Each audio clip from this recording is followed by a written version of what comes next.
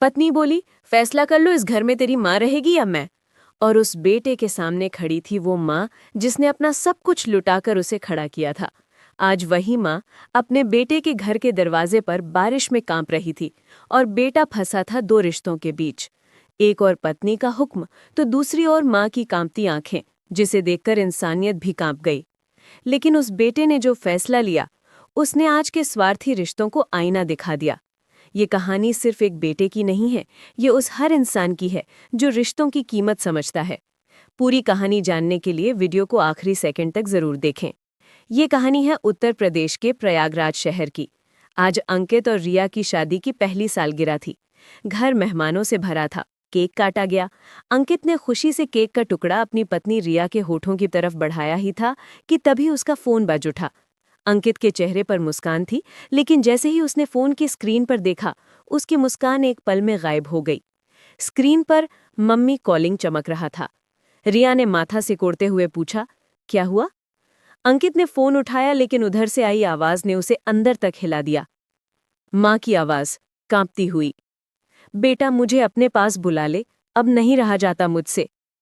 ये आवाज सिर्फ एक माँ की नहीं, बल्कि एक टूटी हुई आत्मा की थी।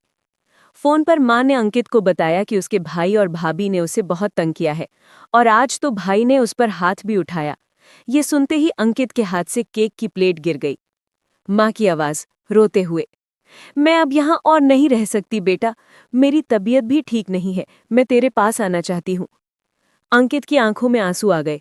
रिया ने ये देखा और चिंतित होकर पूछा, क्या हुआ? अंकित ने कांपती आवाज में कहा, मम्मी थीं, कह रही हैं कि भाई ने उन पर हाथ उठाया। रिया की आवाज, ठंडी, तंज भरी, तो तुम अब क्या सोच रहे हो?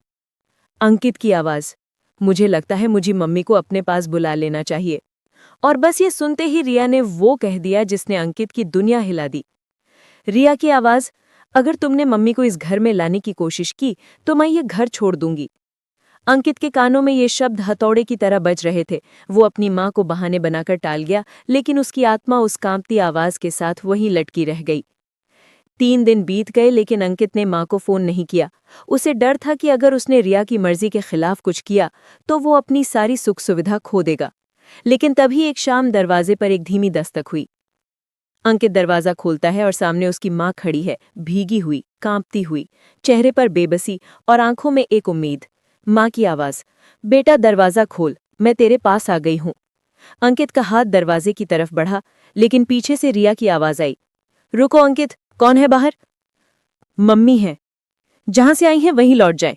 इस घर में मुझे कोई बूढ़ा भोज नहीं चाहिए। रिया ने दरवाजा अंदर से लॉक कर दिया और कमरे में चली गई। अंकित की माँ दरवाजे के बाहर बारिश में ठिठुरती रही। वो झुर्रियों भरा चेहरा जिसने अपनी जवानी अंकित की परवरिश में लगा दी थी, आज उसी बेटे के दरवाजे पर भीग रहा था। रात हुए बारिश और तेज हो गई। अंकित ने खिड़की से झांक कर देखा और उसका कलेजा फट गया। उसकी माँ बारिश में सिकुड़कर बैठी थी, बेहोशी की हालत में। अंकित का धैर्य जवाब दे चुका था। वो कमरे में दौड़ा और रिया को झंझोड़ते हुए बोला, चाबी दो रिया, अभी इसी वक्त। रिया ने चाबी देने से इनकार कर दिया, लेकिन अब वो अंकित नहीं रहा था। उसने रिया की कलाई को झटका दिया, चाबी छीनी और दरवाजे की तरफ भागा। रिया की आवाज, अगर अब वो घर में आई तो मैं चली जाऊंगी। इस बार किसी की परवाह नहीं की। अंकित ने दरवाजा खोला और बाहर कदम रखते ही उसका दिल थम गया।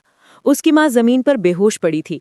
अंकित अपनी माँ को गोद में उठाकर अस्पताल की तरफ भागा। रास्ते में वो बस खुद से यही कह रहा था, मम्मी बस कुछ नहीं होगा, मैं हूं ना। अस्पताल में डॉक्टर ने कहा कि उनकी हालत बेहद गंभीर है। मानसिक आघात ने उन्हें अंदर से तोड़ दिया है। अंकित पूरी रात अपनी माँ के पास बैठा रहा। सुबह उसके फोन पर रिया का मैसेज आया, जिसमें उसने लिखा था कि अंकित ने सब कुछ बर्बाद कर दिया। उस मैसेज को पढ़कर अंकित ने फोन बंद कर दिया और खुद से कहा कि अगर अमीरी की कीमत यह है कि मैं अपनी माँ को खो दूं, तो मुझे वो अमीरी नहीं चाहिए। कुछ दिनों बाद माँ को अस्पताल से छुट्टी मिल गई। अंकित उन्हें वापस अपने घर ले आया।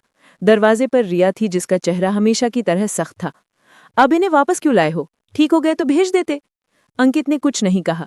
वो अपनी माँ को सोफे पर बिठाया। तभी दरवाजे पर उसके भाई भाभी आ गए। भाभी ने भी ताना मारा। घर में बहस शुरू हो गई और माँ एक कोने में चुपचाप बैठी थी। और तभी अंकित उठ खड़ा हुआ। उसकी आवाज धीमी थी, लेकिन उसमें एक तूफान था। अंकित की आवाज, बस बहुत हो गया रिया, मैंने तुम्हारी हर बात मानी, लेकिन तुम्हारे डर और घमंड के बीच में वो बेटा खो बैठा जो अपनी माँ को कभी तकलीफ में नहीं देख सकता। तुम्हारे पास 3 महीने हैं सोचने के लिए। अगर तुम्हें रिश्तों की अहमियत समझ आ गई तो इस रिश्ते को एक मौका मिलेगा, वरना ये रिश्ता यहीं खत्म हो जाएगा। रिया अंकित के पैरों में गिर पड़ी माफी मांगने लगी, लेकिन अंकित ने इस बार कोई परवाह नहीं की। अंकित की आवाज, मैं थक चुका हूं रिया, मैंने सब झेला लेकिन अब नहीं, मेरी माँ को कोई और तकलीफ नहीं दूंगा। अंकित ने अपनी माँ का हाथ पकड़ा, उन्हें सहारा दिया और बिना पीछे देखे घर से बाहर निकल गया। अंकित ने एक किराए का छोटा सा फ्लैट लिया जहां वो अब अपनी माँ के साथ रहने लगे। घर छोटा था लेकिन उस घर में अब कोई ताना नहीं था, कोई अपमान नहीं था, सिर्फ प्यार था, सेवा था और एक बेटे का फर्ज था। अंकित अब खुद खाना बनाता है, माँ के पैरों को दबाता है और माँ भी अब मुस्कुराती है। दोस्तों, ये कहानी हमें सिखाती है कि अगर किसी रिश्ते में सिर्फ शब्द रह जाएं और आत्मा मर जाए तो उसे निभाना नहीं चाहिए। कभी कभी इंसान को अपना सम्मान बचाने के लिए सबसे करीब के रिश्तों से भी दूर जाना पड़ता है, क्योंकि जहाँ सम्मान नहीं, वहाँ कोई रिश्ता नहीं टिकता। अब आप बताइए, अगर आप अंकित की जगह होते तो क्या आप भी वही करते, या पत्नी के डर और पैसे की वजह से अपनी माँ को अपमान के बीच जीने के लिए मजबूर कर देते? कमेंट करके ज़रूर बताएं। अगर कहानी पसंद आई हो तो वीडियो को लाइक करें, शेयर करें और हमारे चैनल को सब्सक्राइब ज़रूर करें। मिलते हैं अगले वीडियो